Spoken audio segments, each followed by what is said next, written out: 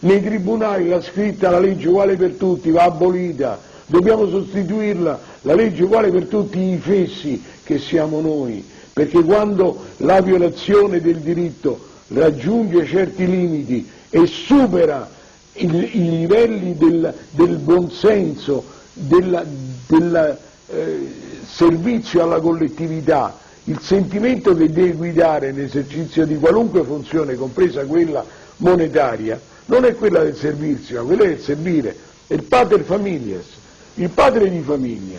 Chi è? Quello che ama la famiglia. L'anoressia, gli psicologi, oggi ho sentito alla radio un messaggio sull'anoressia. L'anoressia è una malattia grave che può portare anche alla morte. E hanno detto gli psicologi, ha una causa psicologica, ve lo dico io perché. Perché la piramide dritta è stata rovesciata dal sistema della grande usura. Non è più il vertice che serve la base, non è più lo stomaco che serve le membra, ma è l'inverso. E i giovani lo sentono questo. Io ho avuto una tristezza enorme quando ho visto sul giornale l'immagine di quella bellissima ragazza Soledad che si è suicidata per amore.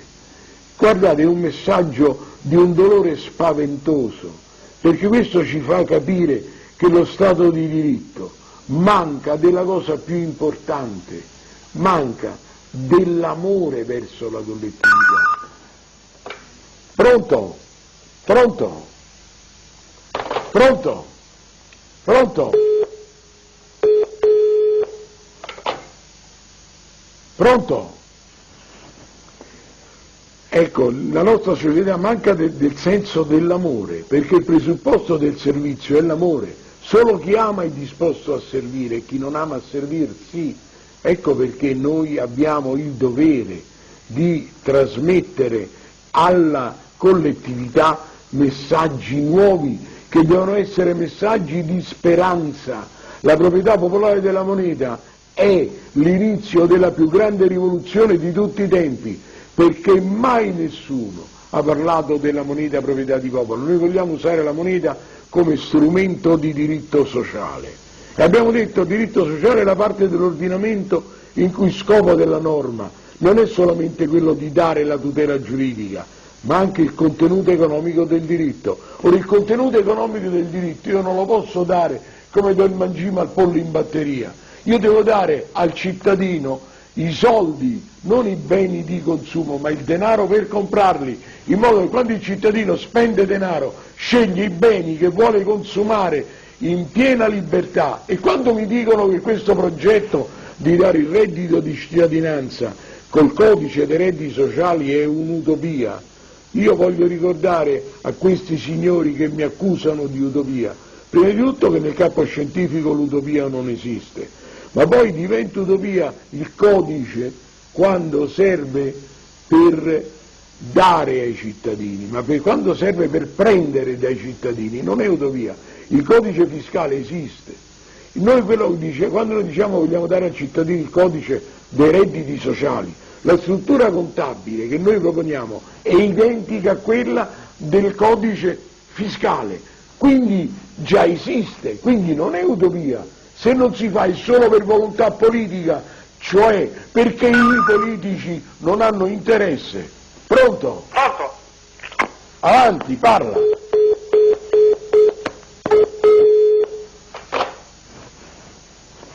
Perché i politici non hanno interesse a fare questo sistema, perché il sistema significa dare e non prendere. Noi vogliamo che l'esercizio della funzione monetaria sia fatta per dare ad ogni cittadino la quota del reddito come reddito di cittadinanza e non come salario, in aggiunta al salario. Giorni fa sul giornale è apparso un servizio di alcune dichiarazioni rilasciate da D'Arema, il quale parlava di reddito di cittadinanza in quanto diceva alle famiglie più povere e ai disoccupati va dato il reddito. Noi vogliamo reddito non del disoccupato ma del cittadino. Qualunque cittadino in quanto tale ha diritto alla sua quota di reddito e ha il diritto di pretenderlo. Quindi quando noi diamo al cittadino il reddito di cittadinanza non vogliamo neanche essere ringraziati, perché non facciamo altro che restituire ai cittadini il maltolto, quello che fino ad oggi è stato rubato a loro dal sistema bancario e dal sistema fiscale. Pronto? Pronto? Sì, pronto. Pronto, professore, buonasera. Dica. Aspetti, deve abbassare. Un momento. Sì, dica. Mi sente? Sì. No, dicevo, io ascoltavo la sua lezione, insomma, mi sembra molto bella, forse anche utopica. Che possibilità ci sta che la sua teoria possa avere successo nella società? Ecco, La ringrazio. Grazie a lei. Dunque, voglio rispondere a questo gentile telespettatore che nel campo scientifico l'utopia non esiste. Se ci avessero detto un secolo fa che si andava sulla Luna l'avremmo presi per matti. Noi stiamo parlando in nome di una grande scoperta scientifica che è stata fatta all'Università di Teramo. Noi abbiamo detto la moneta ha un valore indotto, non ha un valore creditizio. Oggi c'è scritto lire 100.000 pagabili a vista, cioè presentata la moneta come se fosse una cambiale, mentre è una falsa cambiale, perché il debito non esigibile non è un debito. Dire debito inesigibile, come ha detto il ministro Barucci, fa ridere, è come dire acqua asciutta. Il valore del credito, del debito, è condizionato dalla esigibilità. Qua è chiarito questo, quindi, che il valore della moneta è un valore indotto. Perché? Perché la moneta ha valore perché, essendo misura del valore dei beni reali, è anche necessariamente valore della misura, perché ogni unità di misura ha necessariamente la qualità corrispondente all'oggetto che deve misurare. Il metro ha la qualità della lunghezza perché misura la lunghezza, la moneta ha la qualità del valore perché misura il valore. Quindi non è solamente misura del valore, ma anche valore della misura. Questo valore non è una proprietà della materia, è una dimensione del tempo.